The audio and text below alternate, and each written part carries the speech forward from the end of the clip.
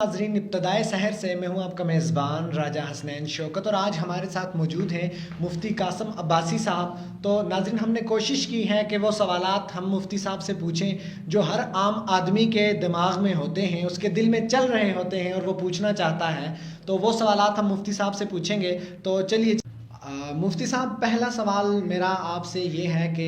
جو رمضان میں لوگ وفات پاتے ہیں، یعنی کہ جو لوگ رمضان میں وفات پا چکے ہوتے ہیں یا تو جو جمعے کے دن وفات پاتے ہیں، تو ہمارا معاشرہ یہ کہتا ہے کہ وہ نیک ہیں، یعنی کہ ہمارے گھروں میں یہ کہتے ہیں یار کتنا نیک بندہ سا کہ جمعہ دن پایا اس سن، تو کتنا نیک بندہ تھا اس کو رمضان میں وفات پایا۔ تو کیا وہ نیک ہوتے ہیں اور ان قبر میں ان میں سے کوئی حساب نہیں ہوتا؟ دیکھیں، اس کے متعلق 2 سے 3 روایات ملتی ہیں، اور اللہ کے رسول صلی اللہ علیہ وآلہ وسلم کی یہ حدیث مبارکہ بھی ہے کہ جس شخص نے جمعے کی شام یا جمعے کو پایا، اللہ رب العالمین اس کی مغفرت فرما دیں گے۔ اور اسی طریقے سے رمضان کے متعلق اللہ کے رسول صلی اللہ علیہ وآلہ وسلم کی حدیث ہے جو بخاری کی روایات ملتی ہیں کہ اللہ رب العالمین رمضان المبارک کے اندر جہنم کے دروازوں کو بند کر دیتے ہیں، یعنی مقفل ہو جاتے ہیں، اور جنت کے جتنے بھی دروازے ہیں وہ کھول دیے جاتے ہیں۔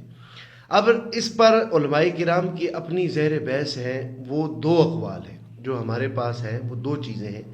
بعض احباب تو یہ کہتے ہیں کہ جو شخص رمضان المبارک کے اندر فوت ہوتا ہے، بالخصوص مسلمانوں میں، کیونکہ کفار کا جو معاملہ ہے وہ علیحدہ ہے،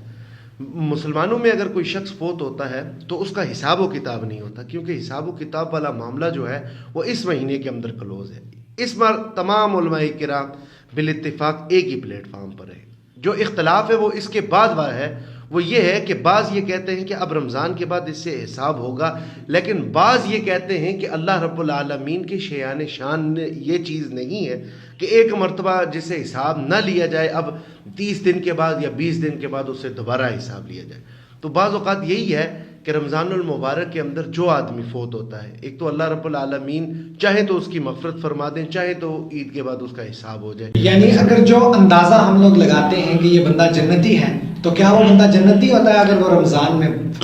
دیکھیں، اس پر تو یہ کہنا مشکل ہے کہ یہ آدمی جنتی ہے یا نہیں، کیونکہ حقوق اللہ بھی ہیں اور حقوق العباد بھی ہیں۔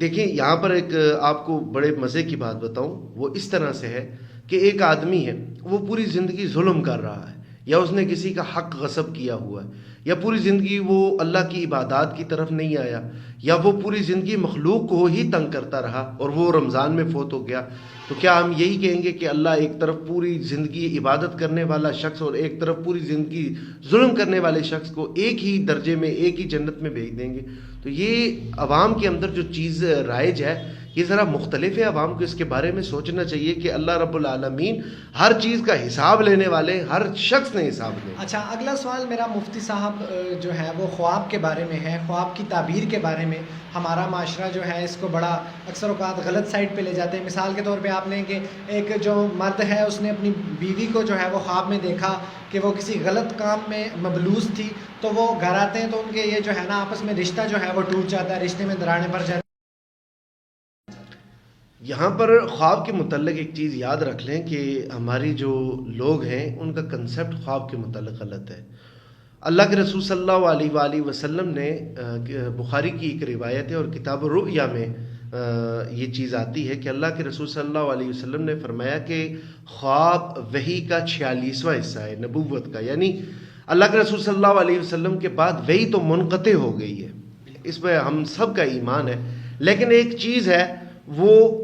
خواب کے ذریعے ہے کہ اللہ رب العالمین بعض اوقات کچھ چیزیں خواب کے ذریعے بھیج دیتا ہے۔ یہاں پر ایک چیز کو بڑا یاد رکھیے کہ خواب کی جو تعبیر ہے،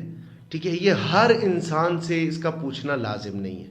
ٹھیک، اور اس بار اللہ کے رسول صلی اللہ علیہ وآلہ وسلم نے منع فرمایا ہے کہ جب تم کوئی خواب دیکھو تو اس کو جو تمہارے ساتھ بلائی کا حق رکھتا ہے یا ارادہ رکھتا ہے اس کو اپنا خواب بتاؤ، تاکہ جو تعبیر اس نے تمہارے لیے کر دی وہی تعبیر تمہارے لیے صادر آ جائے گی۔ ایک